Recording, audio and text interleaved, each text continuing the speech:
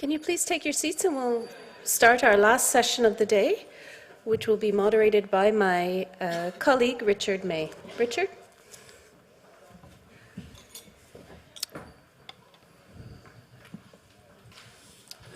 Thank you, Lynn.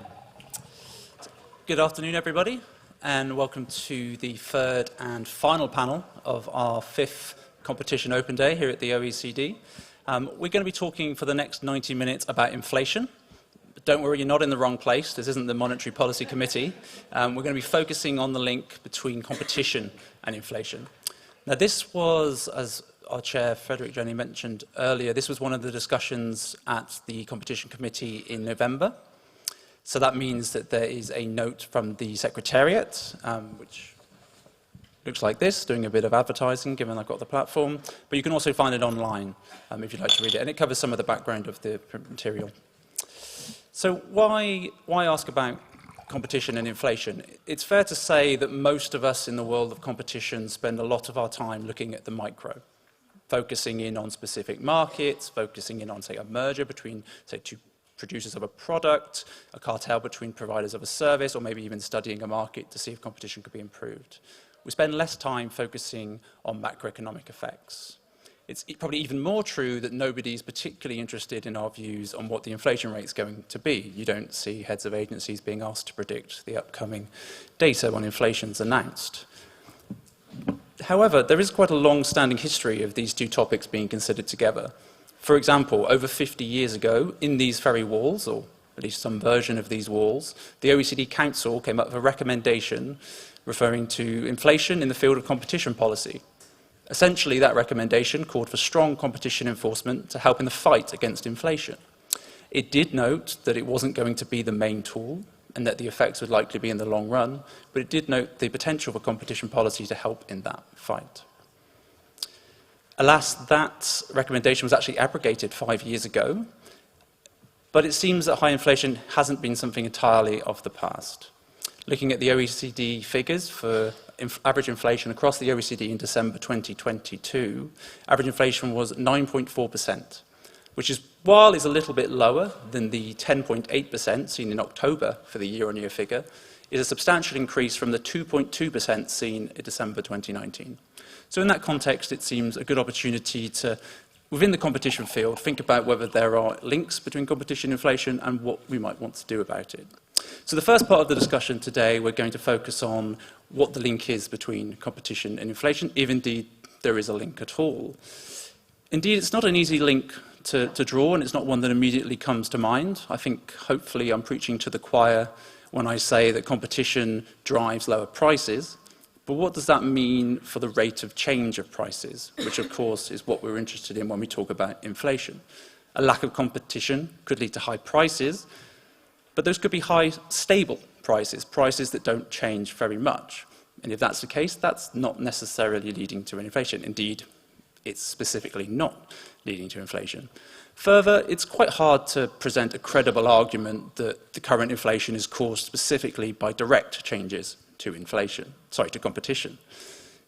Competition can't have changed that much in the last couple of years to suddenly have these astronomical exponential increases in inflation. So why have the discussion? Well, competition is fundamental to how markets work. So it's not ridiculous to think that there might be some effects here. Maybe they're primary, maybe they're secondary, maybe they're even further than that. So we're going to try to get to the bottom of it today. Indeed, there are a few empirical papers that seek to examine this effect, and whilst it's certainly not an easy empirical area, on the whole, the evidence seems to suggest there is some reason to think that more competition can lead to lower inflation, albeit on quite a modest scale and in the longer term. The other part of the discussion, which I think is interesting and relevant for us today, which we'll try to turn to in the second half, is regardless of your views on how competition leads to inflation or how inflation leads to competition, it is something that is in the sphere of competition authorities. Competition authorities are likely to be coming under pressure to do something, to say something, in the context of inflation. And indeed, maybe saying nothing is not an option for them. So we're going to turn to what it means for competition authorities in times of inflation. To help us with this discussion today, I'm joined by a fantastic panel, starting with Sophie Guillou-Nafusi, who is a research economist at the Banque de France, Ana Sofia Rodrigues, who's the chief economist at the Portuguese Competition Authority, Lindsay Owens, who's the executive director at the Groundwork Collective, and Christina Cafaro, who's the managing partner and head of Keystone Europe. Before I hand over to the panelists and start the discussion, I want to try another poll. And I'm sure you've had some fun with Antonio in the last session with these. And if I could get it up on screen. No? So the first question, and there are only two, so don't worry, and it's encouraging to see that so many of you already know the drill. So that QR code, see if you can reach it, see if you can hit it with your QR code reader. If not, there's the link on the top.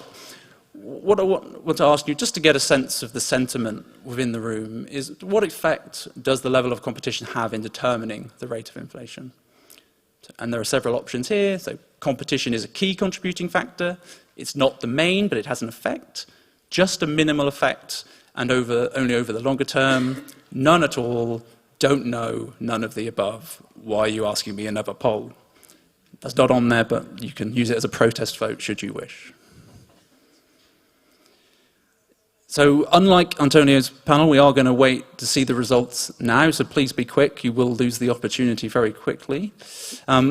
Interesting to see, straight out of the bat, it's not the main factor, but has an effect. And I should probably say, for those of you who do work with survey evidence, it's not good practice to speak for 5 minutes and then ask the question. It generally does frame the answer somewhat. Okay, perfect. Well, that was very interesting. Thank you. And now turning to the panel. And Sophie, I'll start with you. Now, you've spent a lot of time thinking about the links between competition and inflation from a macroeconomic perspective.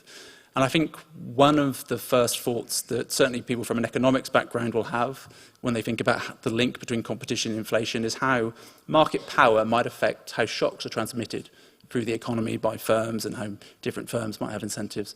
What's your take on that, and what does it mean for your views on the links between competition and inflation? Thank you. Thank you for the question. Thank you for having me here.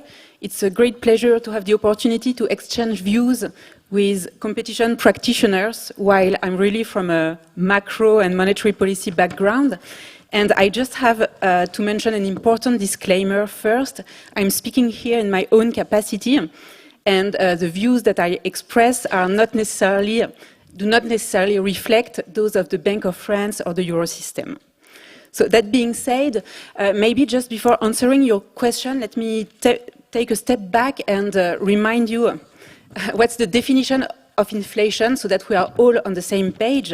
And inflation is really the rate of increase in the general price level.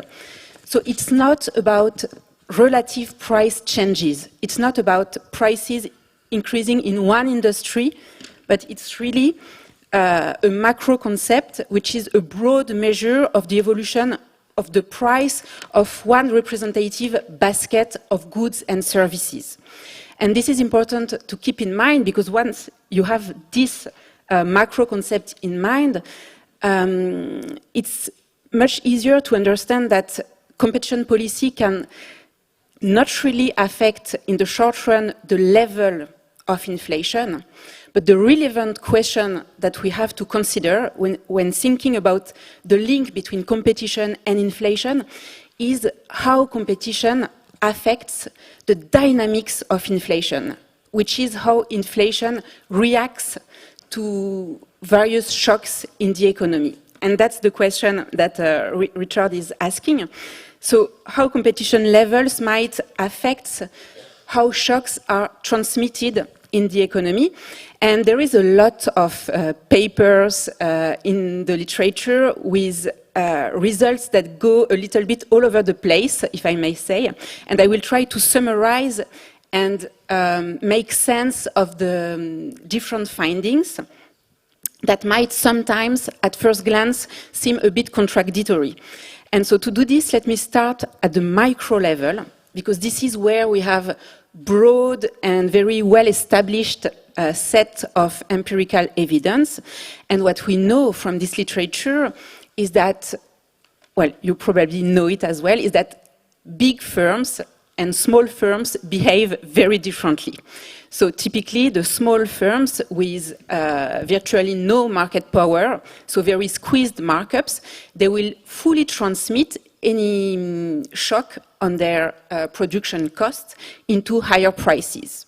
Whereas large firms with significant market power, with higher markups, they tend to only partly pass through any cost shocks into prices, but they exhibit very strong strategic complementarities, which means that they will react to any change in their competitor prices with pretty much the same elasticity. So this is the picture at the micro level, and then the question is, okay, but what does it mean at the sectoral or the macro level, once you aggregate those heterogeneous behavior of different firms? And this is where the picture becomes a bit more complicated, because to get a sense of what is going on at the macro level, you need to aggregate heterogeneous pass-through across firms, heterogeneous strategic behavior across firms, and also you need to take into account that firms are facing different shocks. And the result of all this gives you the aggregate pass-through of a cost of a shock into sectoral inflation, for instance. And it's ultimately a quantitative question, and there is some recent research, in particular, like very, very recent one by the Boston Fed, that is looking at a sectoral shock. So it's not IO, it's not micro evidence anymore. It's a sectoral shock, so an increase in input cost, let's say an energy cost push shock that affects all the competitors in the markets. So this is important. It's a sectoral shocks. And they found that sectors that are more concentrated, so where firms have higher market power, the shock tends to be amplified. The pass-through into inflation is much higher in more concentrated sectors. And this finding might be a bit contradictory with the micro evidence that large firms with market power tend to have a lower pass-through. But in fact, there is no contradiction.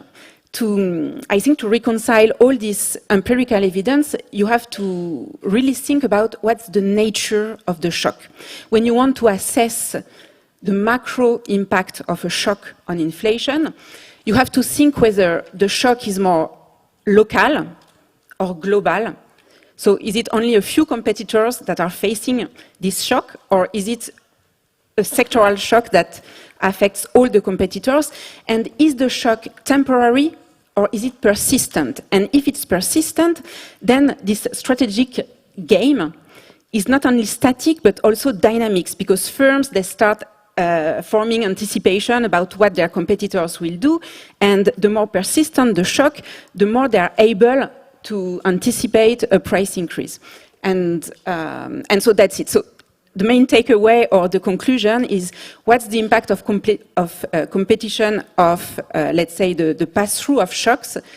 The answer is it depends. It depends of the nature of the shock. And the more persistent and the more global the shock, the higher the amplification effect. Whereas with a more temporary and local or idiosyncratic shock, then the transmission might be dampened. And I stop here.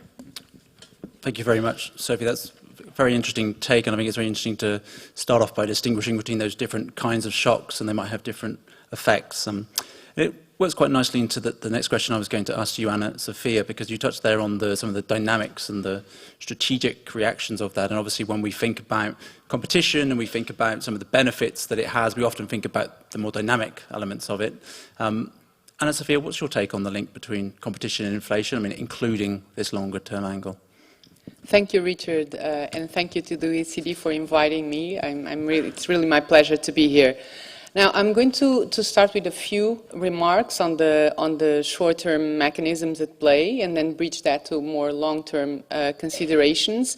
And in doing that, I'm also going to try to go as with time, as the competition community discussed this for the past year or so, and what we have been learned, how our perceptions have changed on this regard.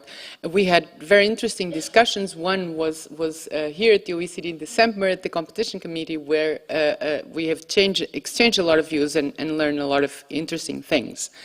Now, to start from the beginning, let me start with causality. At the early stages of this discussion, of this debate, there were claims by some that it was the increase in markups and concentration in the US and the EU that was at the root of the current inflationary trend. And I think those views were unconvincing, so I think they dissipated quite quickly.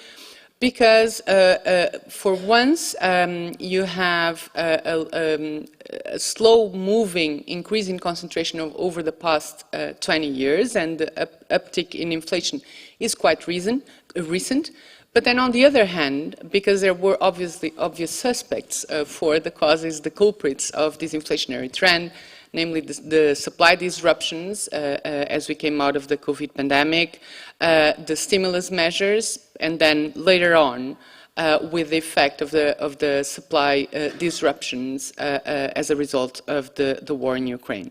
So I think those views, as I said, dissipated quite quickly. Then the focus of the debate went on to whether market power and concentration was accelerating or deepening inflation. And there, we started discussing some theoretical predictions, of course, some to which Sophie in more detail discussed. The most basic ones are, of course, that when you have demand-side shocks, you expect market power to accelerate the effect of to magnify the effect of those shocks. And when you have supply-side shocks, then there's the classic incomplete pass-through argument in which more concentrated markets pass these costs at a lower rate, right? So the story is not that simple, as Sophie argued, and one of the things that I think we came to all acknowledge is that there's, all these predictions are based on models that do not incorporate all effects, some effects of the strategic interactions regarding the expectations of one firm towards the expectations on inflation of the other firms, but also issues, for example, on the demand side. So I think that we acknowledge that, we need to expand models in order to be able to incorporate all these effects, and we might learn that there's more second-order effects from competition there playing a role. So I think that was an important conclusion. And I think that one of the most interesting things is that after 40 years without inflation, right now, if you look 2022, is marked by a lot of papers and studies on this, which I think it's promising, and it's going to be interesting to see how it plays out. Then there's the empirical findings, and the debate was fooled quite a lot by some first results, which Sophie has mentioned as well, that that you had an increasing margins at least on the early stages of this inflationary tendency, but also there were some results that pointed that the higher the markups before the inflationary trend, the higher the increase in markups with inflation, right? These are obviously preliminary findings, and as Sophie said, there's evidence pointing all over the place. They were met with skepticism by some. The results are mixed, so you have also some that have pointed to empirical findings that are more aligned with the classic incomplete pass-through argument. But then again, I think that the jury is not out. It depends all on the specifics, even in terms of the time. If you are a time in which you have a more demand driven inflation or a more supply shock driven inflation. So I think it will be interesting to see once we, maybe when we came out of this inflationary trend, to learn more with the empirical studies that have been produced on this.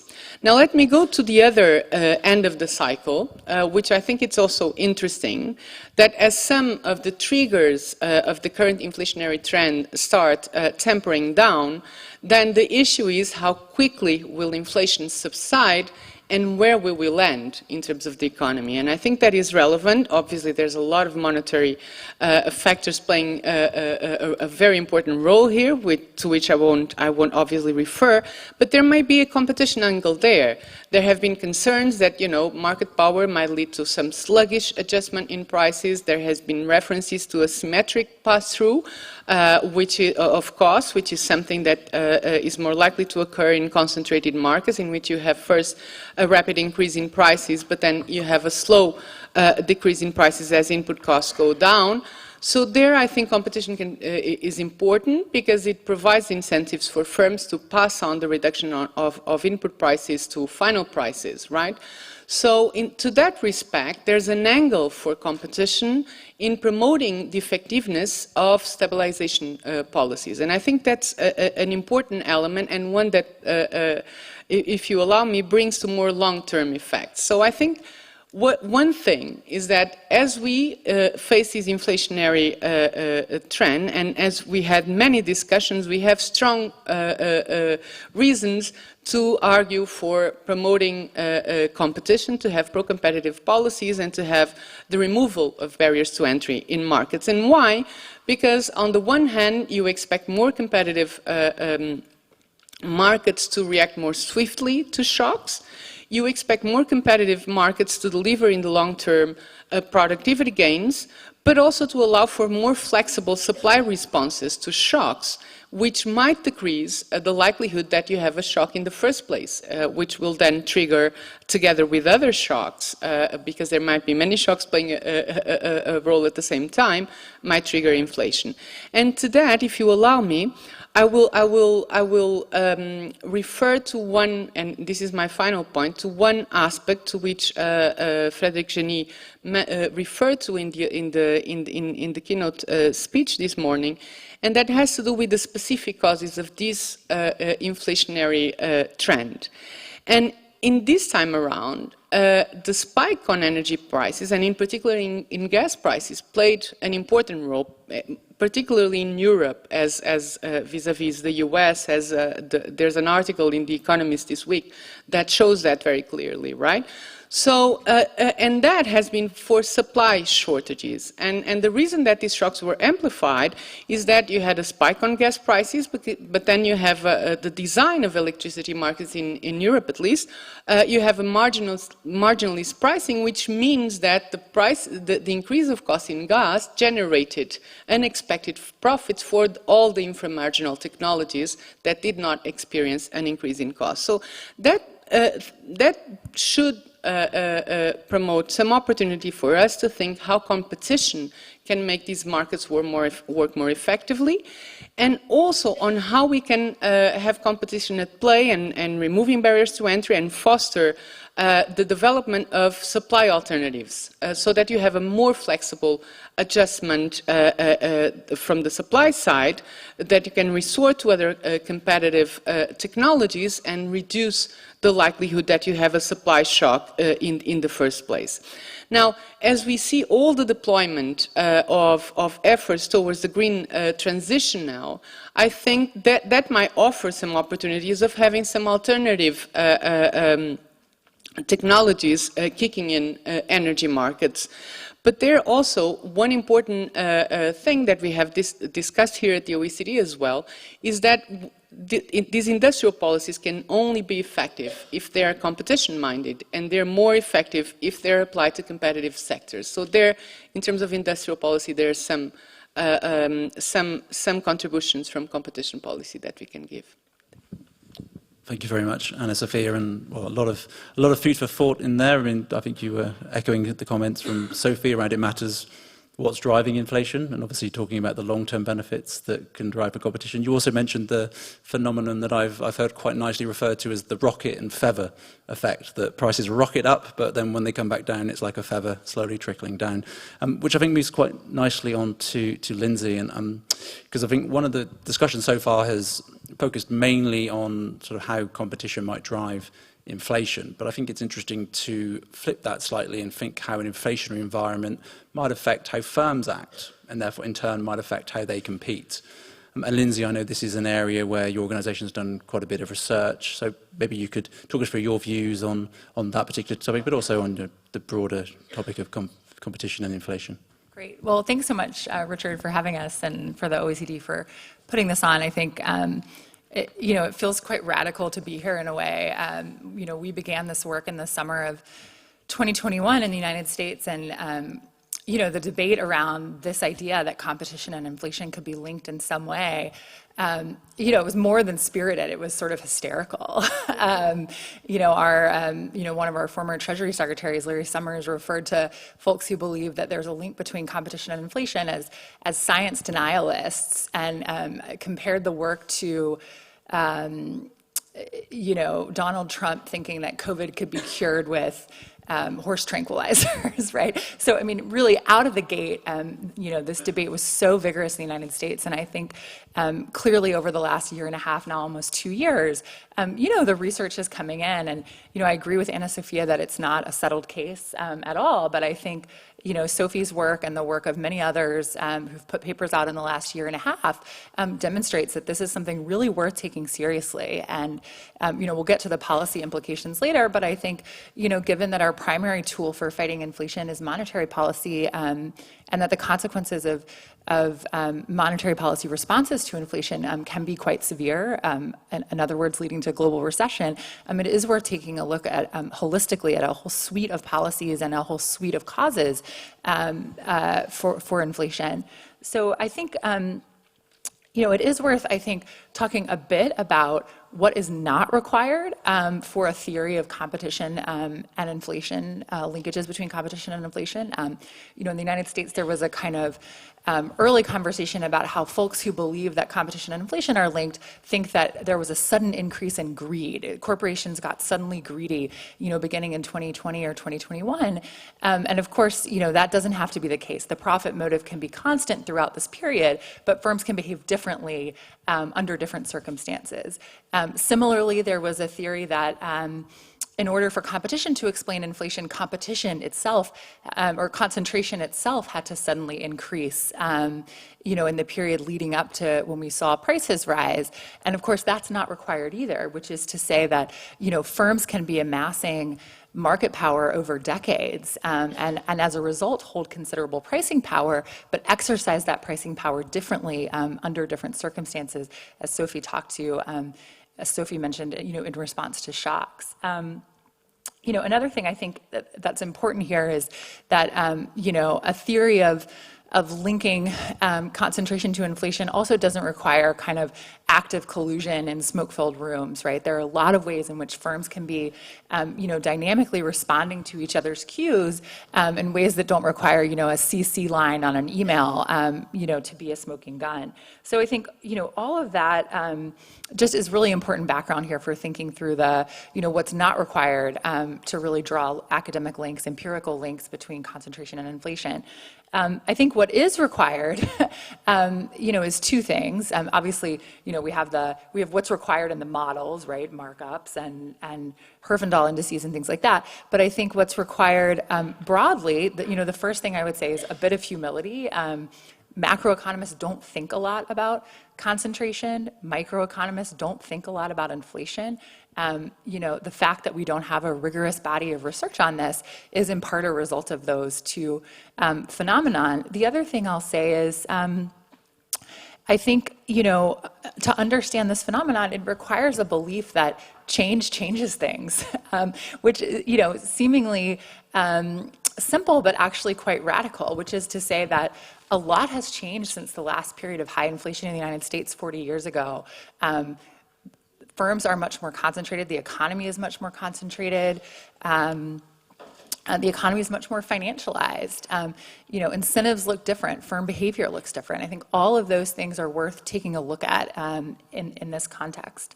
And the final thing I'll say on this piece, and then I'll turn a little bit to the firm level dynamics that Richard mentioned, is, we think about this at Groundwork, just developed a really simple schematic for talking to the public, talking to general audiences, talking to the press. We think about the perfect crime, you need sort of means, motive, and opportunity. The motive is there, the profit motive is constant. The means are there, the ability to exercise that pricing power. Maybe it was latent, maybe actually you were keeping costs low to drive market share in a prior period. What really changes in this moment is the opportunity, these supply shocks. And I think that's, that's something we developed in the summer of 2021 that I think is really borne out, by this Boston Fed paper, looking at how sectoral shocks are resulting in different types of firm behavior, changing that relationship that we formerly thought of around pass-through in highly concentrated firms. So I think, given the fact that in the summer of 2021, we didn't really have a lot of empirical research to lean on, we looked at qualitative research. My background is in sociology, and before you start crunching the numbers, if you don't really have a theory, you start talking to people. And the way that we did that at Groundwork is we actually listened in on corporate earnings calls. So we listened in on hundreds of Fortune 500 corporate earnings calls. These are obviously the calls that CEOs have with their investors.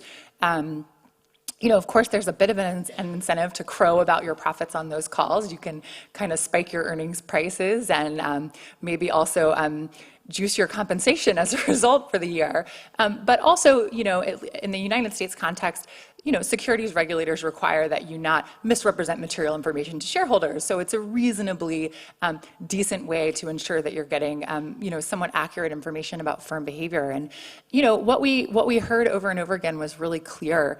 It was that, firms were passing along their rising costs, but then they were going for more. How were they going for more? Well, there were a couple of things. The first is that they were noticing that consumers weren't really balking at the higher prices. They were expecting higher prices. They were hearing a lot about inflation on the news. They went to the grocery store bracing for higher prices and paid them as a result. The second thing is that firms were quite clear that their competitors were raising prices too. And this was very favorable because they didn't have to worry about being undercut by the competition. I mean, one CEO said, literally, this is a direct quote, when everybody else is doing it, comma, it helps, period. And so you really saw quite clearly this phenomenon playing out in real time. And early in 2021, you could tell CEOs were sort of, they had surprised themselves. They hadn't quite realized that this was possible. And, they hadn't, most of them didn't run these companies 40 years ago or have calls with shareholders 40 years ago. And so this was a new phenomenon for them. Starting in early 2022, the confidence changed, and you heard CEOs saying things like, our pricing strategies are working. In the next quarter, we plan to take more pricing or, quote unquote, take as much pricing as we can. And so, this for us was just an early indicator of how firms were responding to these crises. Were these firm-level decisions driving inflation solely? Of course not. But was the rise in price level generally resulting in some new strategic behaviors by firms to go a little further than they might have gone? Otherwise, the answer for us was quite clearly yes, and I think that's being borne out in the empirical data that we're seeing in the quantitative data, to some extent in recent months, which has been really interesting. So I'll stop there. Thank you very much, Lindsay. Certainly, a lot of food for thought there, and it's interesting to see that there are at least some theories. I think the competition could be exacerbating, so perhaps it's not driving inflation, but there are at least some theories to think it might be exacerbating the effect. Christina, waiting patiently at the end. It's clearly complicated, and I think we've heard quite a lot that there's evidence going both ways, and it's maybe too early to tell, or maybe we'll see more, and there's different theories pushing different approaches. What's your take on this? Thank you so much, Richard, and thank you for the invitation. It's always a pleasure to be here, and particularly with this awesome group of women. Trying hard not to look at myself in that thing, because the sort of the light thing we are subjected to is a crime, honestly. But not looking there. So really, I would like to, as a lifelong practitioner in competition, I'm not a central banker, I'm not a banker, I'm not somebody who works in macro, but I have been in this field for the best part of the last 25, 30 years. And I've seen certainly the development of policy interest, policy focus over that time. I would like to take a little bit of a step back and kind of complement. I'll repeat some of what my fellow panelists have said, but I'd like to take a little bit of a broader lens. Why are we talking about this? And we're talking a lot about this.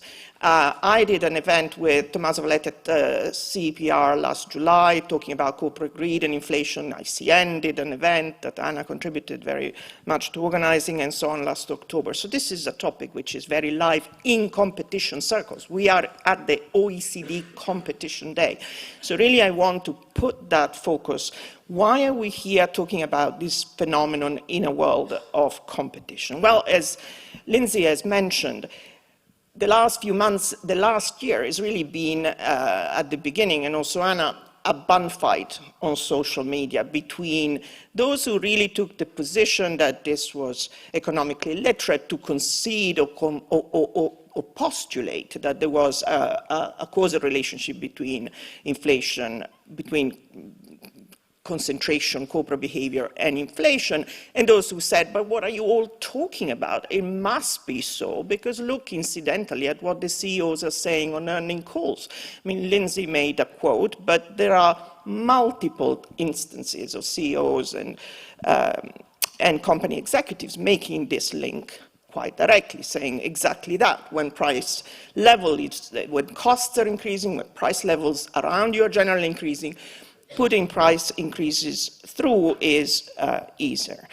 So, but I want to broaden it a little bit, because in a sense, we're not here talking about inflation as a special philosophical interest. Why just inflation? I would like to, as a competition community, suggest that this is a really important inflection time in the way in which we think about competition policy and its role in the policy tool. And unless people have been living under a stone, I think, in the last few years, I think we cannot help but notice the real fundamental changes that we are being exposed to. Massive shifts in what I call the political economy. And this has got multiple strands. We are at the cusp of a realization that neoliberalism as a political economic philosophy in the last 40, 50 years has not really worked, has failed. It's been hammered by the financial crisis, the aftermath of that, the end of hyperglobalization, the reshoring of activity, this notion that capital and labor would move to the places of greater productivity seamlessly, and then benefits would trickle down to people in other places, has failed. So we've seen huge shifts in technology, major measured increases in concentration, which have led to massive differences in disparity, in economic differences. So inflation has just been an additional factor that has just preoccupied us in the last year. But when you think about the role of competition policy, my view is that we cannot and we can no longer think about practicing competition policy as we did 10 or 15 years ago, as a sort of a fairly religious church in which we have our rules, it's law in economics, we follow a particular set of beliefs which come in fact from the Reagan era, and in terms of economics are essentially shaped by Chicago, post-Chicago, certain views of efficiency, that's what matters. We can no longer, I think, practice competition in this vacuum. The world has fundamentally changed, and it is so also when we consider a phenomenon like inflation. So I think we can no longer sit in our sort of offices and agencies and say, but you know, I'm looking at this merger, I'm looking at this market, I'm looking at this conduct exactly in the same way as I did 15 years ago. It is not possible. I don't know how people can do that. So in this, against this background, inflation is one of the phenomena that has come to our attention in the last year. And again, because we do at some level realize and understand that the political economy has changed, that market structures have changed, we are sort of questioning whether, is this another thing where competition somehow has failed to deliver? Because let's face it, competition enforcement has not done particularly well. There's been a lot of effort, and this is independent of the effort of individual agencies, but we haven't prevented the concentration of markets and the fact that that concentration doesn't really lead to outcomes that work for consumers. So this is another situation in which we've all looked at each other and said, well, this inflation that's rampaging around here, maybe, you know, price levels are increasing, maybe that's got to do with competition policy being also ineffectual. So this is really what has driven this quest, but again, I insist it is not something that is alone. And indeed, I think one of the I think incredible things of the last few months has been a macroeconomist, a respected macroeconomist like Olivier Blanchard, doing a tweet on a Twitter string on the 30th of December saying inflation is also a distribution problem. And that to me was a moment in which he recognized that this is not just, yes, of course there is shocks, exogenous shocks, things happen, supply side, demand side, but he was recognizing the implication of inflation for the distribution of rents between capital and labor, workers and firms, and the role that various agencies play, what government can do in all of that, and indeed also what competition policy could contribute to in all of that. So we are in a world in which these things matter. They're about the division of rents and the shifts that we have witnessed and we're witnessing in the real economy are now making competition policy a tool that we need to absolutely see in that context. I just do not believe that, you know, when I hear people everywhere, law firms, lawyers, clients are saying, what certain agencies are beginning to do is not the rule of law. What is the rule of law? Is it Moses tablets? Is it coming from above in a perfectly formed way that we cannot adapt and understand given what we're living through? So I think that is really my main point. In terms of the specifics, I don't want to repeat too much of what has been said because Anna and Sophie and Lindsay have done a great job at sort of summarizing the current, the evolution of the thinking around inflation and the consensus we have received. I think, look, let's not waste time. Everybody agrees that corporate greed or market concentration increases have not been the main cause of inflation. We know there's been a wealth of causes, wealth of supply shocks and money being pumped into the economy, which has led that. The question then is, has it accelerated that? Has the increase in concentration that we have seen inevitably and unquestionably happening over time, being an accelerating factor in the rise in the rate of growth of prices? Well, I mean, there is evidence that suggests that some of it is possibly so, but it is also the case, as again has been mentioned, you have a time dimension which is very different. You don't become suddenly greedy in the last year, whereas market concentration increases over time, prices increase much faster, and the order of magnitude is also very different. So you're talking about increases in concentration of 1, 2, 3%, and the inflation sort of rises by a very different percentage. So it's clear that there is a contribution there. There's also been a discussion about whether different levels of concentration across sectors actually explain how prices may have risen differently across sectors of the economy. Again, as Sophie has spoken about this, and so has Anna. There's evidence coming in which is not conclusive, it's kind of going this and that, but I think, look, anyone who says that there is no relationship at all seems to me to be hiding behind fingers. There is some relationship, the main causes are elsewhere, but the posture, the real question is what should competition, we'll go to that I'm sure, what does it mean for competition enforcement? Given that we recognize there is some role, some part which is being played by increases in concentration and changes in market structure in the rate of increase in prices, what should competition agencies do? That is really the question for the next segment, I guess. I think so, and look, I couldn't have introduced the next poll better myself, so maybe let's just go to poll 2, because it asks that very question to our audience. I'm not going to insult your intelligence by telling you the instructions again, but aim your QR codes there. So I think that's it. Do you think competition authorities should be doing more to fight inflation? And obviously there are a number of elements to that. You could say yes, a lot more could be done. You should say no, well that's because they're already doing everything that they could. No, there could be a role. No role for authorities outside their mandate. None of the above. And obviously, because it's in percentages, the numbers are going to fluctuate quite a lot. But please do try to reach that QR code if you can. I should have remembered, of course, it is the end of the day. I'm not sure modern smartphone batteries are up to the task so late on. But and if you're online, feel free to put questions in the chat, and we will have some time to go to those a bit later, and we'll definitely leave a significant amount of time at the end of the session to ask questions of the room. So interesting. So it's quite, again, I would say it's not good survey design. I think we've prepped the answer somewhat, but interesting. I mean, I think there's quite a, well, maybe even splits a bit strong, but there's surprising, well, to me surprising. I don't know whether the panelists would agree, but it's sort of a relatively surprising amount of people saying yes, they should do a lot more. Unsurprisingly, quite a few saying that no, there's no role. And then people saying they're doing enough already.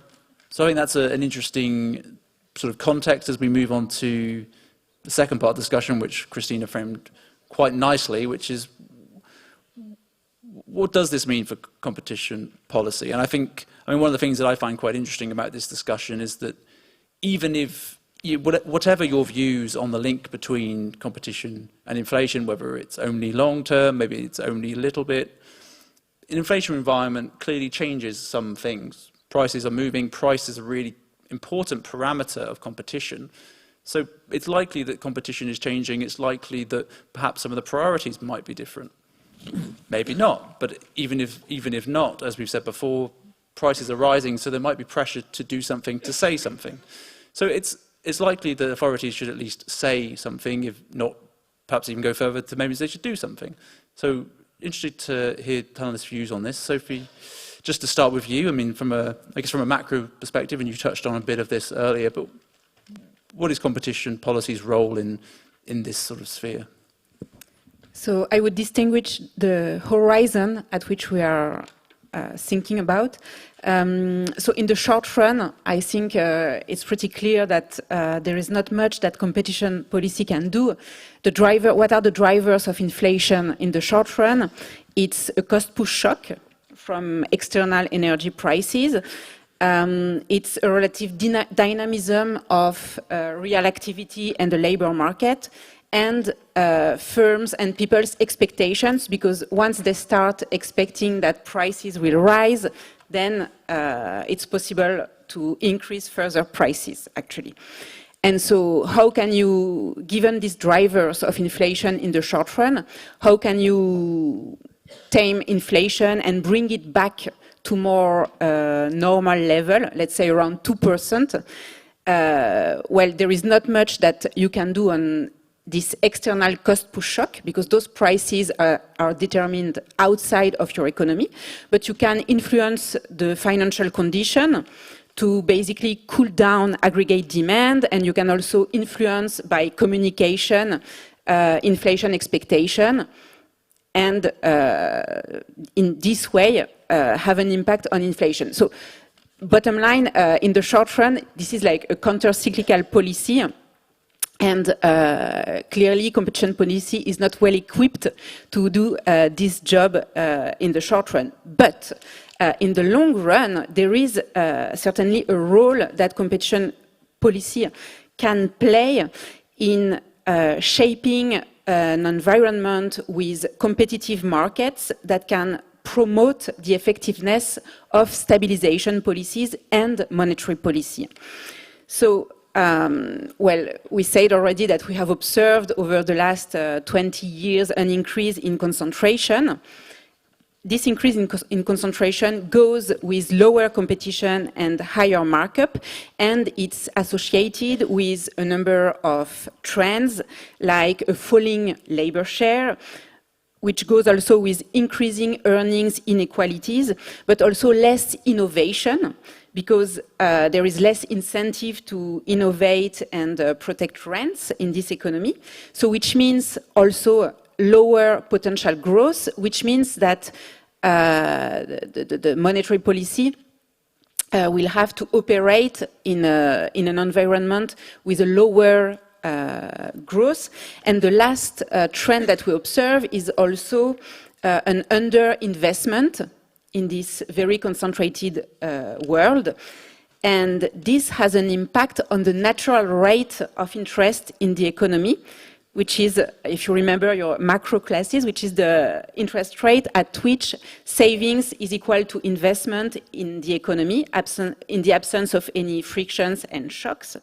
And so in this world, the natural rate is lower, which means to some extent that it reduces the room of maneuver for the monetary policy, because if this natural rate is lower, when you want to stimulate the economy, for instance, by decreasing your interest rate, you will hit more frequently the zero lower bound.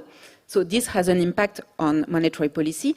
And there is another channel or another link between competition policy and monetary policy in the long run, in the sense that in a very concentrated environment, some empirical work tends to show that the potency of monetary policy to stimulate the real activity might be lower, because large firms with market power, they are also the ones that are not very financially constrained, and they do not respond much to any monetary policy surprise. Like, for instance, if there is a monetary policy easing to ease the financial condition, this has a relatively lower impact on large firms with market power, because those guys, they are not really financially constrained. So through this channel, you can think of competition, the level of competition has an impact on the transmission of monetary policy. And so, well, ultimately, I would say that probably the conclusion is that the situation is better if each one focuses on what it does best. So monetary policy is about this short-run, counter-cyclical policy, and then competition policy has a role to create an environment which is with competitive markets that are well-functioning and that promote an effective stabilization policy. I'll stop here. Sorry. Thank you very much, Sophie. And so, certainly in your view, then, it's not the short-term tool. So you might have been one of the 40% that said no. But Anna Sophia, I mean, I think I've said before, and let me know if you don't agree, but there's likely to be some pressure on authorities to say something, or at least they might feel like they should say something or do something. What are the challenges and or perhaps even the opportunities in times of inflation from the perspective of an authority? Thank you, Richard. And there are both challenges and opportunities. So I think we are all aware that competition policy is no silver bullet to deal with inflation. Chris Collin has an analogy that is quite illustrative of this. He says, well, competition is a good thing, but like diet or exercise, it produces its effects in the long term.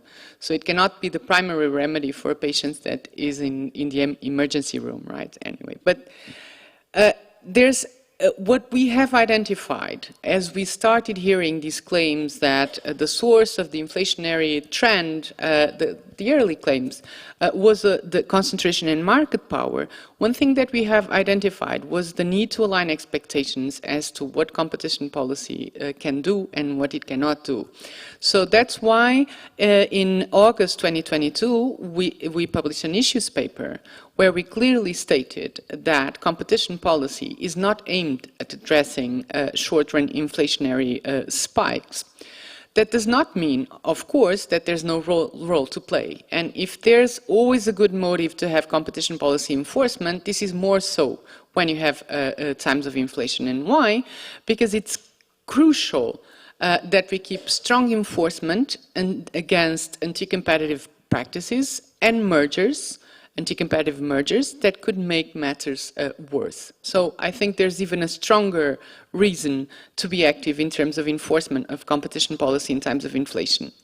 Then it's also true that enforcers need to be vigilant of firms taking inflation as a cover for price fixing.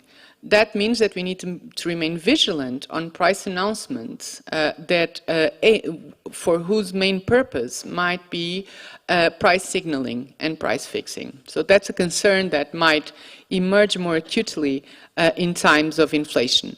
Then another area where competition can play a role, think of labor markets. It's not impossible to think of agreements between firms, wage fixing agreements, in which firms agree not to pass on inflation to wages, right? So that's another angle where competition enforcement can play a role in maintaining purchasing power. So there's a distributional effect here, which is important, but also in keeping labor markets open and competitive, right? Now, another angle where competition enforcement can be important is on fighting bid rigging.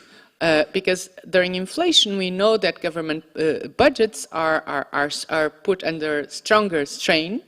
And combating bid rigging might allow you to free up resources that might be better used in put to use at other purposes, for example, in supporting vulnerable consumers, right?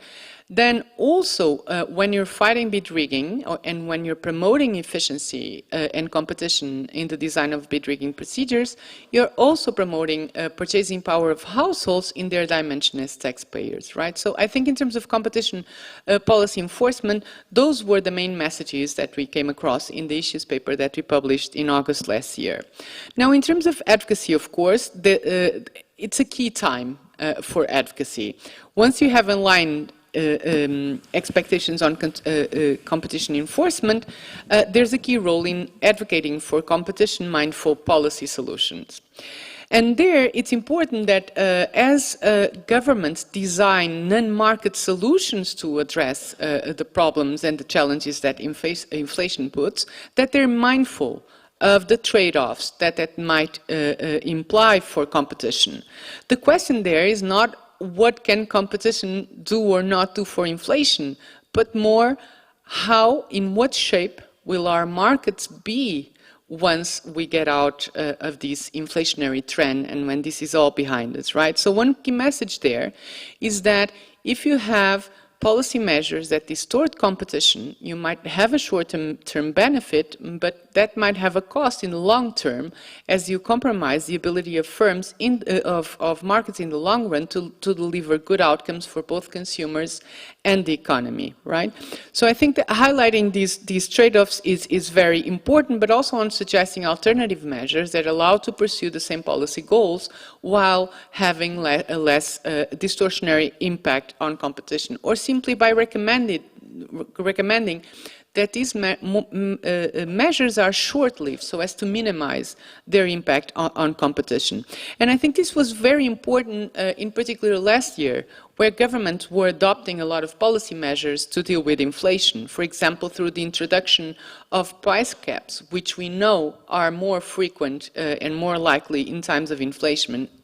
And there in our issues paper, we highlighted the risk. This is our aim is not to decide or have the final word on policies, but rather that policymakers are aware of the risk. There we highlighted that, you know, if you impose a price cap, if you put it on a too high level, you may provide a focal point for collusion, which will turn out the other way around for you in terms of the aims that you were pursuing. If you set it at a low level, then you might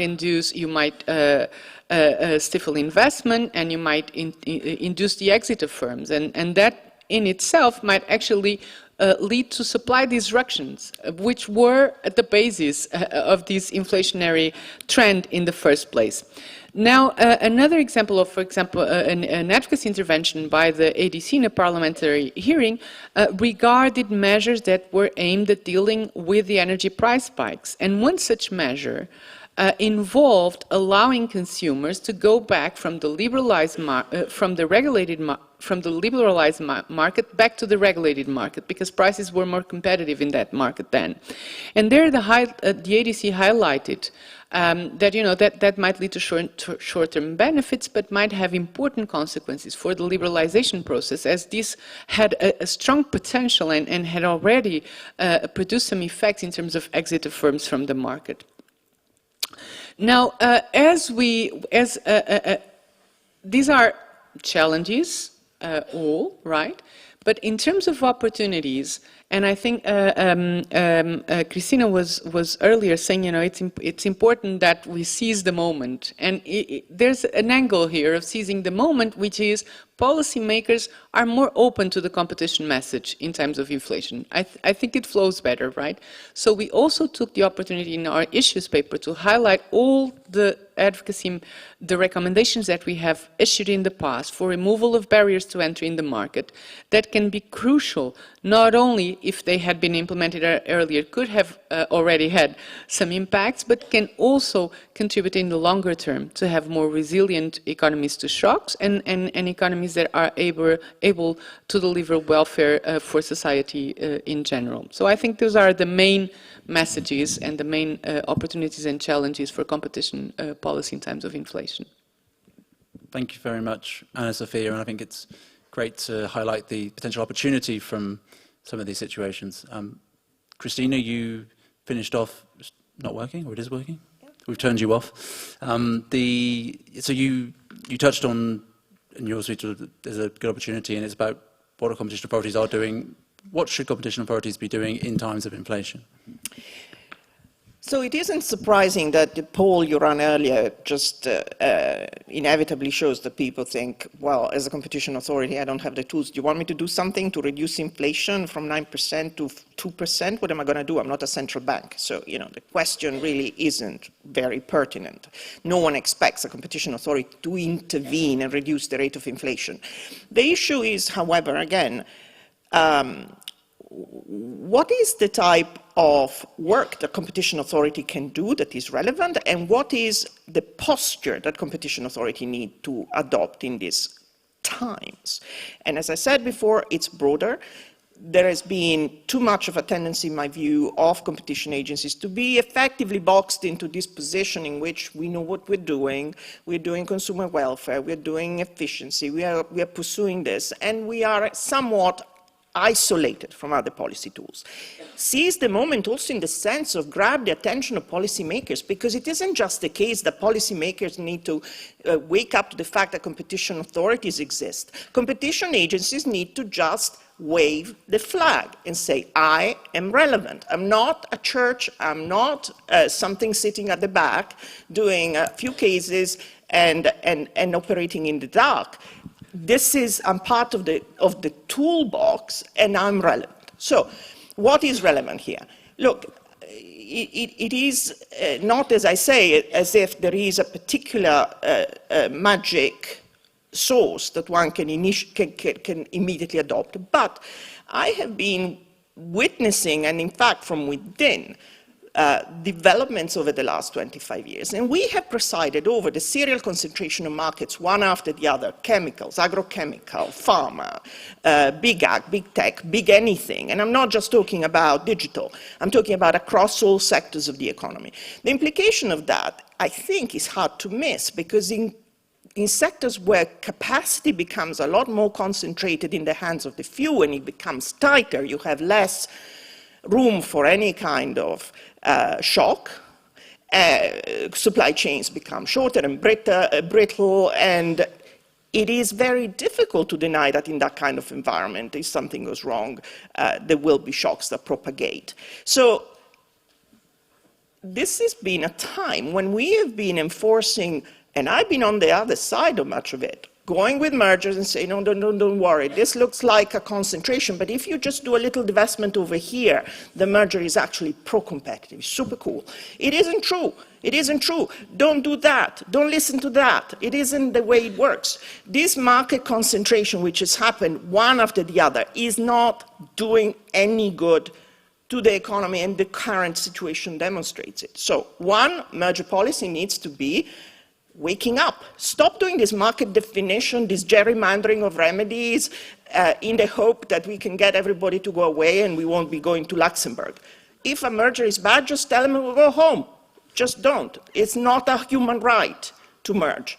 Second, the part that Anna Sofia was also referring to, I mean, of course, there is opportunity for signaling, for various opportunities are going to be exploited. So inevitably, a competition authority is in a position to observe this and catch it. Go after them. If you see people making these kind of statements, figure it out. This is a priority. So I would say that these are the kind of things that one can do. And not because enforcement in the long run, yes, if you enforce really well, maybe margins will go down and maybe there's going to be a little, in the long run we're all dead. I'm more interested in this kind of more, we can't wait for laws to change. We need to have a posture that says this is the real world we're living in and this is what we're trying to pursue and grab the opportunity. Okay. Thank you very much. So you touched nicely there on your second point on how stopping these opportunistic actions by firms, and Lindsay, obviously you spoke earlier about the research you've done here. Do you see much action being taken, Lindsay, in the US or across the world on this? And is there, in your view, a need for potentially any changes in the approach or in maybe legal terms? Yeah, I think folks have covered a lot of the policy options already, so I don't have a ton to add, but I'll just reiterate a couple of points and then make a couple of additional points. The first is, I think, the point that Sophie has made about the way in which concentrated markets blunt monetary policy tools is just so important, and I think thinking through that over a long-term horizon is just critically important and is absolutely in the wheelhouse of competition authorities, and folks should be having more of these conversations and collaborations with folks who think about monetary policy. The second is, I think the point Sophia made about inflation being used as cover for price fixing is really a critical, really a critical piece of this. And opportunistic price gouging is part of what we're dealing with here. And this is ultimately, I mean, obviously there are existing laws on the books that prevent this, and competition authorities should enforce those laws to the fullest extent possible. But I also think this is ultimately kind of a values question and not really a question for economics necessarily, which is to say, during times of real crisis, are we okay with companies running up the score? Do we think it's their mandate to run up the score? They're just maximizing their profits for shareholders. Or do we believe that there are certain moments in the economy in which corporations should keep the profit motive in check because it is in the best interest of the population? And, I'll say, this isn't particularly radical. 38 states in the United States have laws against price gouging already on the books. Red states and blue states, they have made a decision that during certain types of crises, whether it's natural disasters or pandemics, public health emergencies, just because you can't sell a gallon of water for $50 doesn't mean we're going to let you. And there are new efforts underway. I was hoping that I would get to talk about one of them today, but I don't think it's been released yet. But there is a major state in the United States who is going to be moving forward with new price gouging regulations. They had the existing authority to put out pretty broad-based price gouging regulations and have decided to exercise that authority. And they're going to be looking at just some of the broad contours. They're going to be looking at price increases above a certain threshold for quote-unquote essential goods, which will obviously be defined in the statute, and those that aren't justified by rising input costs alone. And they're going to be looking at price increases of any level, not just above a certain threshold in particularly concentrated markets. And obviously, getting the dials right on these types of regulations is a really complex enterprise, but I think it's one worth pursuing and one that some folks are taking on. And then the last thing I'll say is I do think it's worth thinking, not just about the value proposition here, but also about the ways in which different prices are different.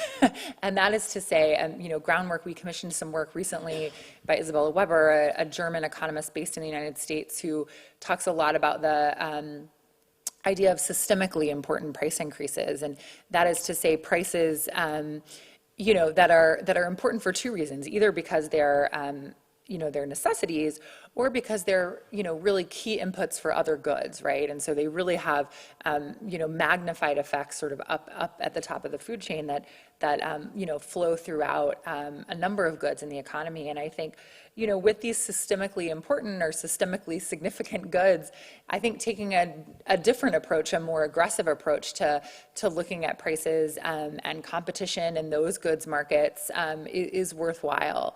And so I would just advocate for, not necessarily just looking at every nook and cranny where you're seeing price increases that are above a certain threshold, but really taking a thoughtful approach to which prices, we think matter a lot in the economy, matter a lot for people, and therefore we might want to have a different set of rules for those prices. I think that's, sort of theoretically and empirically sustained by this new research, and not something that we've looked at closely, although of course regulators in Europe have taken different approaches to price caps for energy and things like that. So not unheard of, but I think worth thinking about more. Okay, thank you very much. I think we've heard a range of different views here, and I think we've settled on the idea that competition policy is not going to solve inflation, not in the short term at least, but I think thankfully we all agree that it is important in the long run, which is good. I think. Look, we have a few good questions online, but I did promise time for questions, so if there's anyone in the room who wants to direct a question to the panel or to a member of the panel, please raise your hand and we will throw a microphone towards you.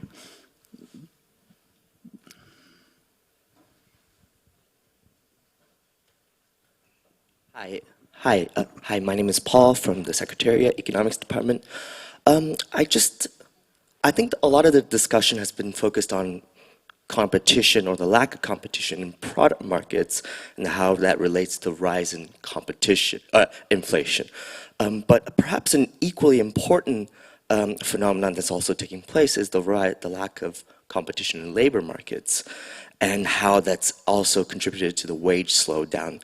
And this is also an area where competition authorities has been taking action with the recent action taken by the US FTC on this front. So perhaps a provocative question on this front is, could the lack of competition in labor markets actually reduce inflation? Or just some thoughts on that. Provocative.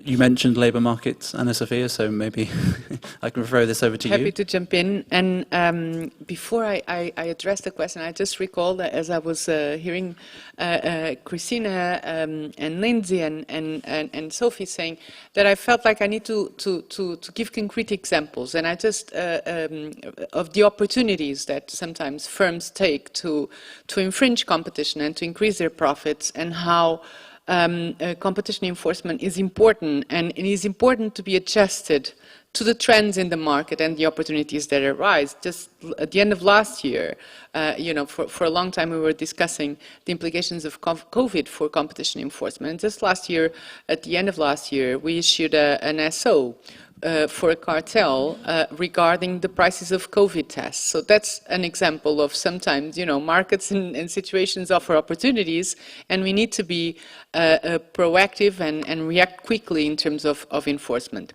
Now, in terms of labor markets, well, there's a lot of distributional aspects, so I think there's only good points to be made in terms of promoting competition in labor markets. And I think it is a right for workers to be able, for example, to switch jobs, to search new careers if they want to. So there should be no barriers to doing that. And for sure not barriers that result from agreements between firms to either not to poach agreements or to fix the wages, not to poach workers from each other, or to fix wages of workers, right? So I think there's not only, that is not only a competition policy infringement, but also one that has a lot of implications in terms of distributional aspects. But could well, that risk... if that can fuel on inflation, well, there's, once you start thinking, well, if you're removing barriers to entry, if you're removing barriers to investment, Sophie is much more well equipped to speak about this. But there's always potential for pro-competition measures to also have an impact in terms of promoting output and growth, and that, of course, might have other implications in terms of the monetary setup and inflation. But I think that's a side effect that we cannot look much. So we should continue to pursue it regardless. Christina, do you have a different view? To this? The example you come up with is exactly an example of what I'm talking about. No competition agency has dealt with labor for yonks. No one cared. No one looked into it, ever. It hasn't been until the last 2 or 3 years when you started getting a labor economist going into the DOJ. And indeed, the Lina Khan and the FTC have done this non-compete thing, which of course has sent the corporatists into a lather of horror. But the reality is that it needed to be done. It needs to be done because there needs to be ability of people to switch job if they're flipping burgers. It's unconscionable that we haven't pursued that as a competition issue. So absolutely, wake up everyone. Labor is a major sort of focus for competition. We just haven't done it. We just haven't done it forever. So this is why I think at this point in the political economy, we need to just say, whoa, labor, inflation, all of these things are in our purview. We can't just sit back and say, oh, well, I'll do this little merger market definition. What's your SNP? It's mind-blowing that we are still thinking about these things. But I think if I understand the question, it's to say that let's assume that we do... I understand the question, but I don't think I worry too much about the fact that a burger flipper can get a slightly higher salary, and that might feed into inflation if that is because he gets his rights back. Richard, and there's also another effect. It's that actually the shortages on the labor market have also been one of the factors that have been contributing to inflation and to the mismatch between supply and demand. So if you allow flexibility in workers, being working where they produce more value and where they have a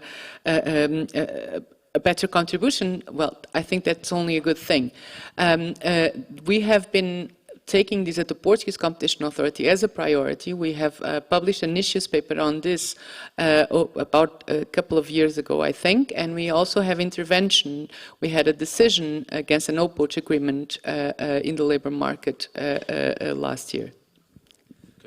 Did you want to make a good point on this? Yeah, I mean, I just want to say I think it's just a critically important question, and to the point that Christina mentioned earlier, the Blanchard tweet thread about the distributional consequences of inflation. I mean, I think we really are seeing this play out, right? Profit margins getting to historic levels in 2021 and 2022, and the labor share, not keeping up, and obviously, these are workers whose wages are getting eroded by these price increases. Meanwhile, companies are able to, pass through input costs and go for more. So the consequences of this phenomenon of non-competitive labor markets are hugely important. And I'll just say, I mean, in the United States context, when folks started, saber rattling about a wage price spiral early in the summer of 2021. I mean, it was just kind of, a lot of us just laughed it off. We're like, good luck executing a wage price spiral in the U.S. context right now. It looks very different. We don't have unions anymore. We used to have unions, and also workers are locked into jobs for a whole host of reasons. So yeah, I just think this is a critically important piece of the puzzle. Okay, thanks for the question, Paul. I want to just turn to one question that we've had online. I'll come to you next, just after this question from online. And it touches on a point that we haven't discussed really today, which I think is maybe slightly an esoteric point, but it's an interesting one, is does inflation reduce price transparency, disempowering consumers and therefore having a cyclical effect? So in other words, can inflation be self-reinforcing because inflation makes prices hard to compare and then consumers become less sensitive and then inflation translates? Anyone want to jump in to answer? Sophie, please. Just to start, yes, I think there is some evidence that indeed inflation will blur, let's say, the price signal, because it's more difficult just for consumer to be able to compare prices across different companies. And I think it goes also with what Lindsay was explaining, that's why in situation where you have a high rate of inflation, then you might have this mechanism of firms anticipating what their competitors will do, and they are not so afraid of antagonizing, let's say, their consumer by increasing prices, because in this world of high inflation, the price signal is so blurred that it makes it more easier to increase prices yourself. Has anyone else wanted to weigh in on that? I think we have a question from this gentleman.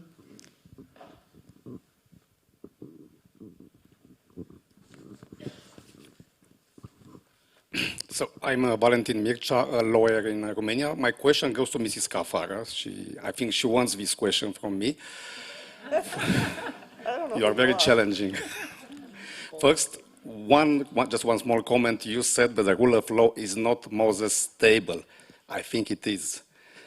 Goals are important. Means to achieve these goals are equally important. So let's be careful to what we wish. But you also suggested that inflation is, to a major extent or significantly, also due to a competition policy failure, right? Or competition enforcement failure. Competition is dealing with what? Collusion and abuse of market power, and also with merger control. In terms of collusion, you would need a very cartelized economy with a lot of collusion to push up prices to such an extent to result in inflation. So it's not for any cartel. In terms of market power, here you might be right. But market power and abuse of market power looks case by case. Like in cartels, in abuse of market power, the Competition Authority will look at a case-by-case situation, not in general. So this is where my question comes up. And regarding merger control, I would say there is a kind of a right to merge. It's part of the ownership right. So if the Competition Authority have a say on the purchaser, it needs to have good reasons to do that. But how do you suggest practically competition authorities to do in this period with the instruments they have now to achieve, let's say, a good result, to contribute to this limitation, this stemming of inflation? With examples, if you want. Thank you. I'm making the suggestion that the way in which we think about competition policy, its goals and the means that we adopt need to be rethought in the current environment. I'm not disputing that things are done case by case. I know how things work in practice. But the point is that what is the animating value for what we're doing? I don't know if you really get the point I'm making. When I say that this is not Moses tablets, is because I think that when you talk about the purpose of what we're trying to achieve is markets that are competitive, dynamic, innovative, and that needs to take into account how things have passed in the last 20 years. So what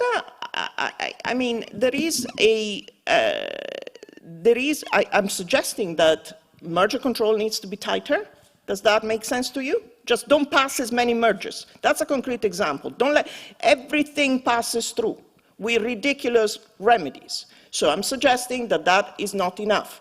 We have concentrated markets over time in a manner that is not, I think, at this point in retrospect, justified. I'm saying that conduct cases, there aren't very many, but to the extent that they are selected, they ought to be looked at with that. But I'm making a broader point, a reflection about what it is that we're doing. Lindsay talked about values. I think that is a very important consideration at this point. People can sit back and say, I want to do competition policy exactly as I did it in 97, 98, 2003, 2005. Fine, good luck to you. But animating values are important. There is at this very moment a very deep change or rethink in the United States about what it is that animates what we're doing. Not everybody agrees, but it is a phenomenon that is very alive. And there is a sense that the last 40, 50 years, which have been based on the post-Reagan sort of philosophy, the Chicago and post-Chicago school, have been a departure from an original vision in which the animating values for antitrust were freedom from all masters, democracy, equality, that kind of vision. Now, we in Europe are in a different paradigm. We don't have that same original myth that the US has, but it is quite a significant change of vision. And I see it everywhere. I don't think it is something that's going to be returning back. And I think it's going to come and impose a reflection on us. Because what it is that we are pursuing, is it consumer welfare in a narrow market? I don't care. So that is really what I'm saying.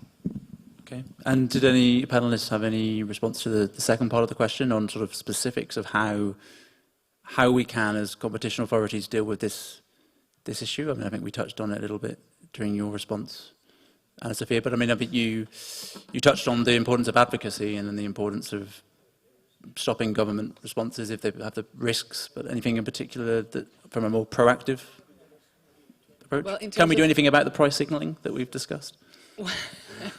Well, one needs to act upon a case when one finds a case, right? Not to decide that is going to act without the case. But well, I think my point on advocacy is that this is a good time in order to prompt more pro-competitive policies. I don't know if that was the point that you wanted me to address, Richard. I don't know if I.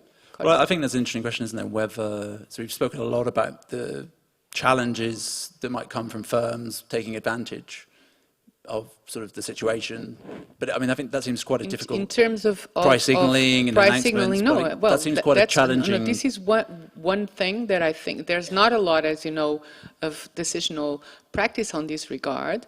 But you know, that doesn't mean anything. That there was not a lot of decisional practice on no-poach or labor markets as well. And once we identify the case, then you need to act upon that. What I think it's important is to be aware and vigilant about that risk, because you know, discussions about inflations and how you are going to react to prices, they might be pernicious in some circumstances. And we have had cases, the container liner shipping case, for example, from the European Commission, is one such case that provides you very clear insights of when the conditions are met for you to look at this as an anti-competitive practice, or when you have only a price announcement that is aiming at promoting information on for consumers, which in that case has positive impacts.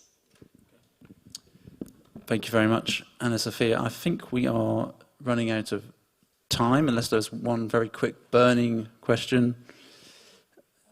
It has to be quick, Ellen. Elanja Diallo Piper. Just a quick question. Obviously, inflation is something that happens rapidly. Richard, you talked about the rocket and the feather before, but there's a temporal issue in relation to competition policy and enforcement, which is the time it takes from investigation through to decisional practice. Do you think that there is value in stemming inflation if we were able to get our decisions out quicker? Well, when I say our decisions, I mean the regulatory decisions. I think that's probably aimed at you, Anna Sophia. Well, I think there's always value in being quick in deciding, as long as, of course, that you take the time to investigate the case and fundament your action, your intervention. That can be said in times for inflation, but that is the same argument in digital markets, where if on the one hand we are aware that if we take too long to act on a case, then even the firms might be out of the market, the competitors might be out of the market. There's no, however, way that we can adjust or hinder the investigation just because we want to be quick. And for example, in digital markets, I think, well, we had a discussion on interim measures, for example, before that can help to address that. And on digital markets, the timing of intervention was also one of the reasons why the community in general concluded that it was important to have regulatory solutions to address the competition problems. I just have to say this word. Rulemaking, right? It's not case by case. You can also do rulemaking. This is Section 5. This is right to repair. This is non-competes. That's what agencies must do too, not just case by case. Thank you, Christine. Well, that sounds like a conversation to continue a bit later then. So, look, thank you very much for bearing with us. I know it's been a long day. I think we've heard a range of different views in this discussion. Don't run anywhere because we're about to have some closing remarks. But I think we've heard that it's pretty clear that competition isn't the main cause behind inflation, but it's also pretty strong to think that there's at least some link between the two, albeit it might be moderate, it might be longer term. There are some things to watch out for. As an authority, be aware of potentially signalling and aware of firms following each other. But there's an opportunity in times of inflation. There's times to ask maybe broader questions, but also times to think about how we can advocate for competition. So I want to just thank the panelists for a very interesting and thought-provoking discussion.